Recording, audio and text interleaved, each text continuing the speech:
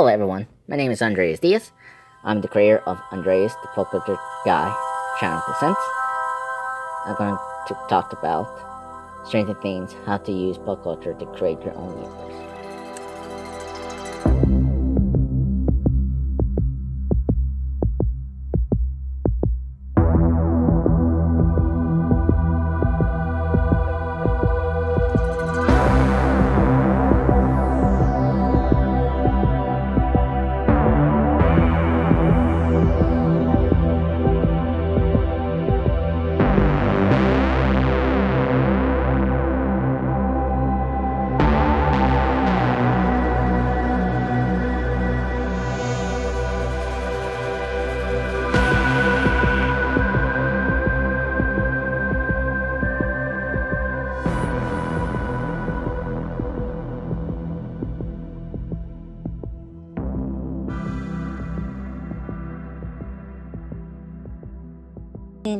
The new film, Stephen King's It, the film's success and characters in the universe made me want to watch Stranger Things.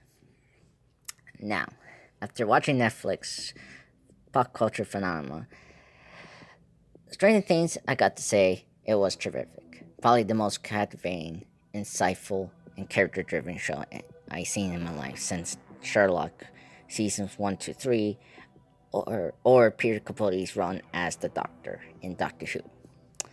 Probably the most surprising thing that caught me surprised were the handle of characters' tone and world building of the show that the Duffer Brothers create. Today's discussion is about the Duffer Brothers and their incredible attempt how to homage the 1980s genre films and other pop culture material of that decade and try to create its own unique universe by it in Stranger Things.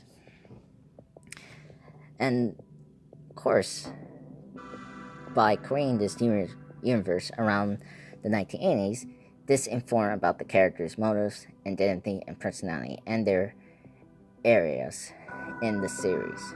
Each character from Stranger Things shall represent familiar tropes and examining plus creatively reversing the tropes of the 80s pop culture more deeply. And some of the influence of these shows of, pop culture phenomena is Steven Spielberg, John Carpenter, and Stephen King as well, as they did in the late 70s and throughout 1980s film.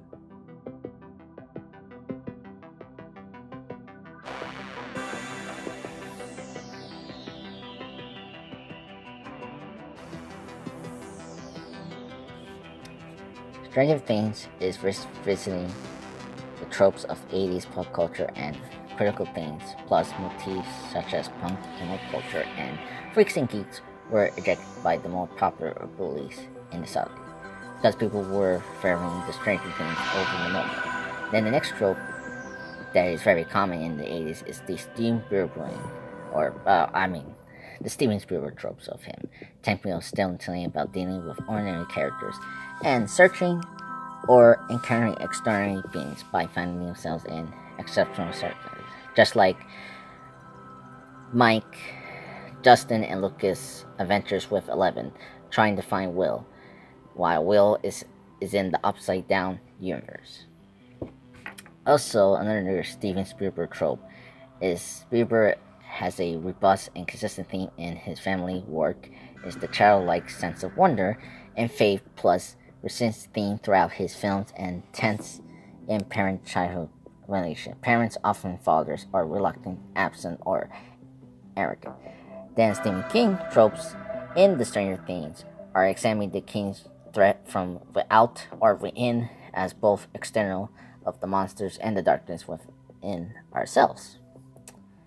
This darkness is correctly presented with the monster in the show, the Demogorgon, and the character 11 as the excellent example of the Stephen King trope. I say representing the characters like Carrie and the character from Firestarter.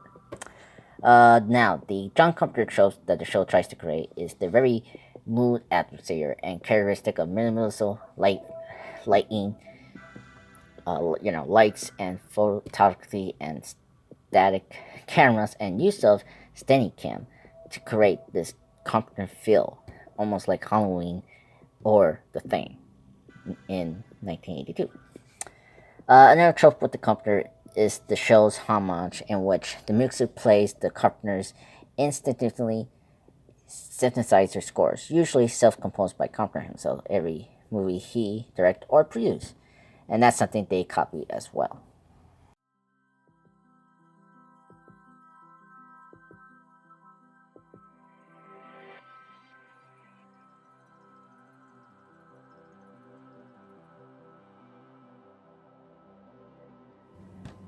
Stranger Things is a show that is using homage and nostalgic feelings of the 1980s to create their own universe, showing the real and revoking themes such as loss of innocence, paranormal, and moral struggles as a human being.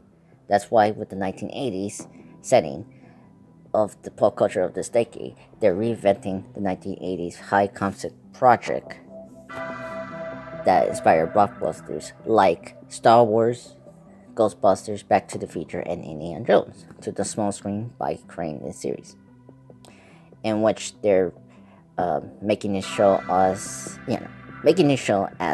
an investigation drama, supernatural horror, family adventure series, using these multiple genres to aim at adults, teens, and kid drama. This series gives a diverse for people to latch on to very quickly, easy, not struggle, and pretty much attract to different things for people to like, besides one particular thing. So, with the Duffer Brothers using these multiple genres of, you know, of 80s action and horror and drama, series stuff, this is a way for them to recapture the many themes and motifs in the 1980s in Stranger Things. Now, Stranger Things is an incredible show on Netflix. I personally highly recommend it. I mean, it's one of the best character and creative show I've seen this last year. And I saw season 2. I think it's one of the best sequels to this first season. So, not further ado, I am going to continue on talking about Stranger Things and its characters and how the Duffer Brothers make each of the adults, teens, and kids into three different strains of their generation, how they exist in different 80s universe, and how they're representing the tropes of Steven Spielberg, Stephen King, and John Carpenter, and which reversing these metaphors into original ideas.